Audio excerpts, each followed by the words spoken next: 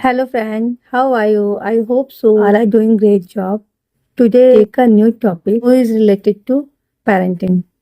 As a parents हम अपनी हर चीज़ों को बहुत अच्छा करना चाहते हैं और पूरी कोशिश करते हैं कि हम पेरेंटिंग की जर्नी में कहीं फेल ना हो जाए। जो पहले की पेरेंटिंग थी और जो आज की पेरेंटिंग है उसमें आप खुद भी देख सकते हैं जमीन आसमान का अंतर है ना। पहले जो पेरेंट्स हम लोगों को परवरिश देते थे, हमारे पेरेंट्स जो हमारे लिए करते थे, है ना, आज हम उन चीज़ों को अपने बच्चों के लिए करते हैं, बट वो बच्चे उतने सेटिस्फाइड नहीं होते हैं। जो पेरेंट्स हमारी रिस्पॉन्सिबिलिटीज और ज़्यादा बढ़ती जा रही है। बच्चे एक नए ज़माने के हैं।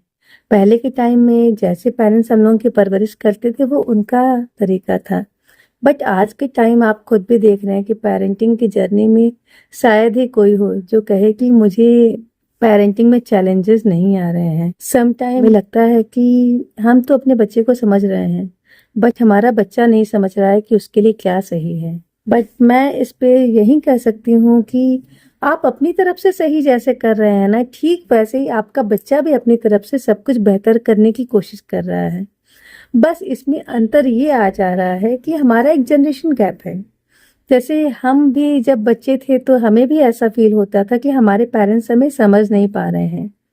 ठीक उसी तरह से हमारे बच्चों को भी ऐसा लगता है कि हम उनके संग एक अच्छा बॉन्ड नहीं बना पा रहे हैं। बॉन्ड बनाने के लिए हम बहुत सारी कोशिश करते हैं, रहते हैं अपने वे में, जो हमें सही लगता है हम करते जाते हैं। बट सम टाइम क्या होता है ना कि बच्चे हमारे इसके रिएक्शन से जो है काफ़ी चीज़ों को जनरलाइज भी कर लेते हैं। जैसे अगर आप बचपन का ध्यान दीजिए, जब बच्चे छोटे रहते हैं, है ना, तो पेरेंट्स पे पूरी तरह से डिपेंड रहते हैं। डिपेंडेंसी में क्या होता है कि उनकी बहुत सारी रिक्वायरमेंट होती हैं जो उनके पेरेंट्स से फुलफिल कर सकते हैं, वो खुद से नहीं कर पाते हैं। लेकिन धीरे धीरे जब बच्चे बड़े होने लगते हैं तो धीरे धीरे उनका जो है पेरेंट्स से एक डिस्टेंस बनने लगता है। अब जो डिस्टेंस पेरेंट्स से बनने लगता है उसमें एक तो बच्चे का है कि बच्चा बड़ा हो चुका है तो उसकी खुद की अपनी एक सोसाइटी बन गई है।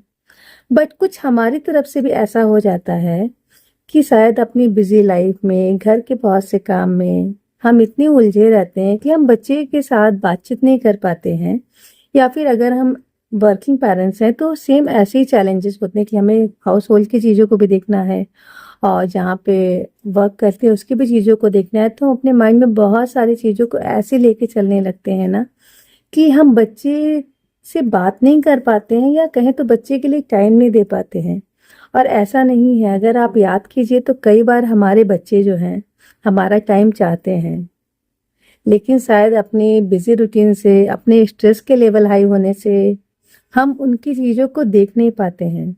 जैसे मैं एक काउंसलिंग का एक केस आपसे डिस्कस करना चाहूँगी कि वो हमेशा उसको लगता था कि मैं हर चीज़ें अच्छे करना चाह रही हूँ, है ना, मैं अपनी तरफ से मम्मा की बात मानती हूँ, पापा की बात मानती हूँ, पढ़ाई की भी कोशिश करती हूँ, है ना, लेकिन मेरे पेरेंट्स जो हैं अपने में ही उलझे रहते हैं। उनके थॉट से वो इतने वैरी करते हैं कि दोनों अगर साथ में बैठे भी तो वो अच्छे से उनका कन्वर्सेशन नहीं होता है। और कई बार ऐसा होता है कि मम्मा जब बोलती है तो बोलते हुए मुझे बोल भी देती है ये चीज़ जो है कि तुम्हारी वजह से मैं कितने सेक्रीफाइस कर रही हूँ, तुम पढ़ाई नहीं कर रही हो, तुम्हारा बोर्ड का एग्ज़ाम आने वाला है, तुम्हारी प्रिपरेशन अच्छी नहीं है, तुम क्या करोगी। और वहीं वो जो गर्ल है उसको जो है पेंटिंग करना बहुत अच्छा लगता है, और पेंटिंग और स्केचिंग उसको इस लेवल पे अच्छी लगती है कि उसने इस चीज़ को बताया कि मम्मा मैं कुछ बनाई हूँ आपके लिए। बट वो मम्मा इतनी ज़्यादा स्ट्रेस में थी, इतने सारे जैसे काम वाली नहीं आई तो काम करना है, होता है डेली रूटीन के भी बहुत से स्ट्रेस होते हैं जब हमें ऑन द स्पॉट ढेर सारे कामों का बर्डन आ जाता है। ठीक, अब उसमें क्या हुआ कि माँ स्ट्रेस में थी, अब वो दिखाना चाह रही थी कुछ, बट मम्मा के पास टाइम नहीं था उसको देखने का।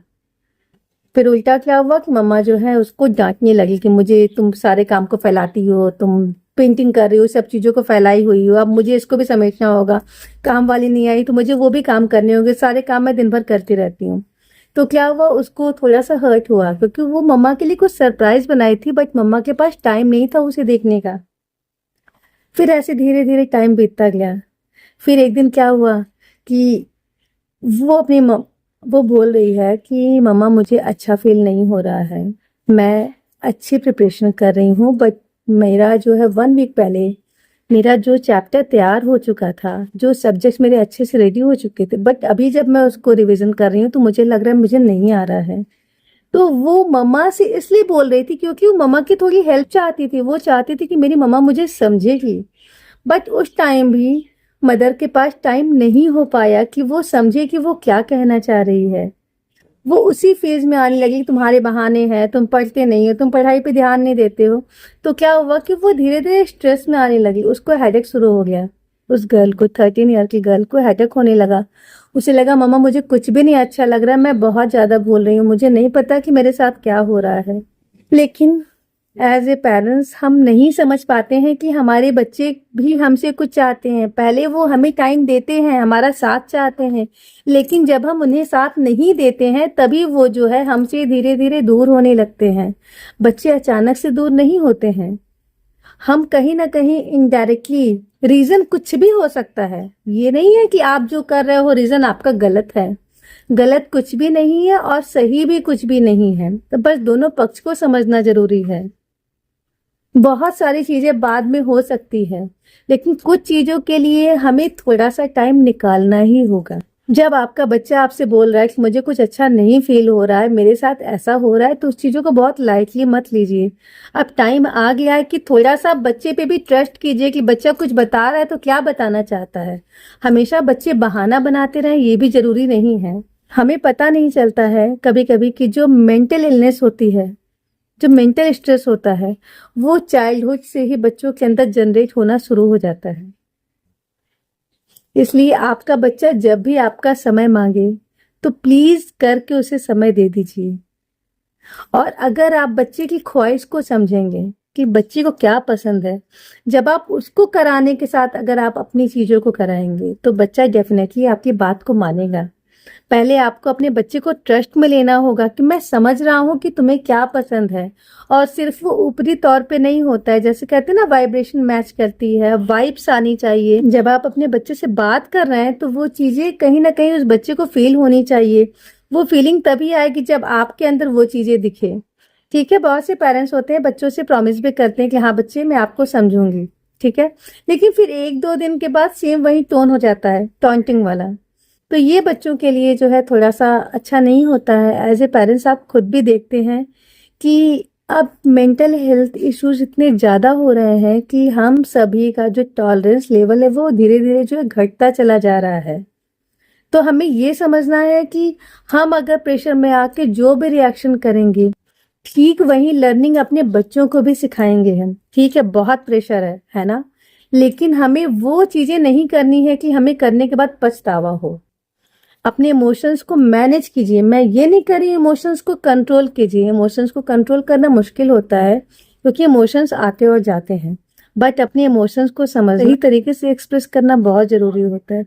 जब आप उसे सही तरीके से एक्सप्रेस करेंगे ना, तो ही आप जो है अपने बच्चे को भी इस चीजों को सिखा पाएंगे। ऐसा नहीं है कि आपके बच्चे को कोई चीज बुरी लगेगी तो वो बुरा नहीं मानेगा, बुरी लगेगी बुरा मानेगा, अच्छी लगेगी वो बहुत खुश होगा। बट आपको एज ए पेरेंट्स उसके साथ रहना है, हर चीजों को करने के लिए इनकरेज करना है। अगर वो कोई चीज नहीं करना चाह रहा है तो उसे फोर्सफुली मत कराइए, लेकिन आप उसके रीजन को जानने की कोशिश कीजिए कि वो ऐसा क्यों नहीं करना चाह रहा और कब से उसके साथ ऐसा हो रहा है। इससे एंजाइटी का लेवल बढ़ता है ना, तो उसमें क्या होता है कि हमें ये चीजें नोटिस करने की होती है कि हमें जो चीजें पहले बहुत अच्छी लगती थी, जिन चीजों को हम बहुत अच्छे से करते थे, जैसा मैंने गर्ल का एग्जांपल दिया कि वो बोल रही थी कि मुझे 1 वीक पहले ये सारी चीजें तैयार थी, बट अभी मुझे हेडेक हो रहा है, मुझे सब चीजें भूलती जा रही हूँ मैं। तो ये जो एक साइन है, हमें इस चीज को समझना है। हमारा बच्चा हमसे जो बोल रहा है हमें उसको सुनना है, हमें उसे समझना है। जब हम बच्चे के साइड से चीजों को समझेंगे तो ही हम उनकी हेल्प कर पाएंगे। और सच में हम एज ए पेरेंट्स कभी नहीं चाहेंगे कि हमारा बच्चा, हमारा खुद का बच्चा जो है डिप्रेशन में, एंजाइटी में चला जाए, या हमारा बच्चा हमारे घर में हमारे साथ होते हुए ही अपने आप को अकेला फील करे, उसे लगे मुझे कोई समझ नहीं रहा है हमारे होते हुए। एज ए पेरेंट्स हमारी एक जिम्मेदारी बनती है कि बच्चे के लिए हमेशा अवेलेबल रहिए। मैं ये नहीं कह रही हूँ कि उसकी सारी जिद को पूरी कीजिए, लेकिन उसी सही और गलत में डिफरेंस करना सिखाइए। डिसिप्लिन में बच्चे को रखना बहुत जरूरी है, लेकिन डिसिप्लिन के साथ पनिशमेंट को जब आप कंबाइन करते हैं ना, तो वो एक अलग वे हो जाता है। पनिशमेंट अलग है, डिसिप्लिन अलग है।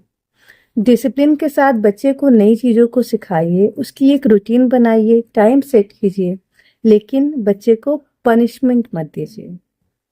उसे समझने की कोशिश कीजिए। एज ए पेरेंट्स, आपके पास घर में कितने बच्चे होंगे? एक बच्चा या दो बच्चे, ठीक है?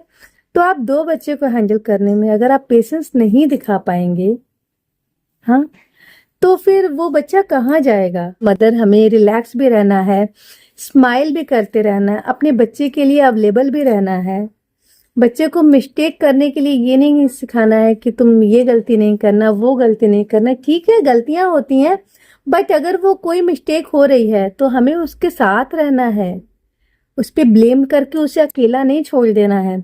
क्योंकि अगर हम बच्चे के लो फेज में उसके साथ नहीं है, तो अच्छे टाइम में तो पूरी दुनिया साथ रहती है, लेकिन अगर बच्चे का टाइम सही नहीं चल रहा है, उस समय भी आप बच्चे के साथ रहिए, बच्चे को समझिए। आप बुरे समय में भी बच्चे के साथ रहेंगे ना, जैसे बच्चे के मार्क्स कम आ रहे हैं, बच्चे का मूड स्विंग हो रहा है, बच्चे को कुछ अच्छा नहीं लग रहा है, बच्चा अचानक से बड़ा हो रहा है, थोड़ा उसका बिहेवियर चेंज हो रहा है, थोड़ा सा एग्रेसिव हो रहा है, आप भी उस वे में उससे बात नहीं कीजिए, उसे समझिए वो क्या चाह रहा है, क्या चीजें हो रही हैं, उसके अंदर क्या क्या चेंजेस हो रहे हैं।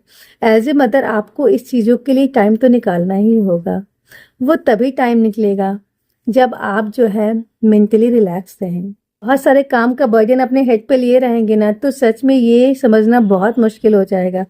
क्योंकि एक इंसान जब बहुत स्ट्रेस में है तो वो अपने बच्चे के लिए जो है सॉल्यूशन नहीं खोज पाएगा। इसलिए एज ए मदर आपको रिलैक्स और काम रहना है, और same as a father, as a parents हमारी रिस्पॉन्सिबिलिटीज बनती है। अगर मदर बिजी हैं तो फादर, अगर फादर बिजी है तो मदर, अगर दोनों ही पेरेंट्स अगर बच्चे को समझ रहे हैं तब तो ये बहुत ही अच्छी बात है। लेकिन किसी कारण से अगर कोई एक पेरेंट्स नहीं टाइम दे पा रहा है तो दूसरा उस टाइम को मैनेज करे। बच्चे के माइंड में ये निगेटिव फीलिंग ना करे कि देखो तुम्हारे पापा के पास टाइम नहीं रहता है, मैं ही सब कुछ देखती हूँ, मैं ही सब कुछ करती हूँ। ये जो वे होता है ना, ये बच्चे के मन में एक गलत क्वेश्चन मार्क लाता है, और इसका जो इफेक्ट होता है ना, वो बहुत ही लॉन्ग टाइम होता है। हमें लगता है कि हम अगर अपने पार्टनर की बुराई कर रहे हैं अपने बच्चे के सामने, तो बच्चा हमें अच्छा समझेगा। बच्चा इमोशनली जो है एक प्रेशर फील करेगा, उससे एक प्रेशर लगेगा, उसे लगेगा कि मैं क्या करूं, मुझे समझ में नहीं आ रहा है। क्योंकि एज ए पेरेंट्स वो मम्मा को भी बहुत प्यार करता है, अपने पापा को भी बहुत प्यार करता है। तो हमें इस चीज को समझना है कि हम क्या बच्चे के सामने बोल रहे हैं, वो बहुत ही सोच समझ के बोलें और बच्चे को समझने की कोशिश करें। अपनी उलझनों से निकल जाएं, खुद की उलझनों को भी सुलझा लें और बच्चे की उलझनों को भी समझने की कोशिश करें। जब तक हम अपनी उलझनों से नहीं निकल पाएंगे, तब तक हम बच्चे के लिए अवेलेबल नहीं रहेंगे। इसलिए हमें अपने को शांत रखना है, और ठीक उसी शांति से हमें अपने बच्चे को भी समझने की कोशिश करना है।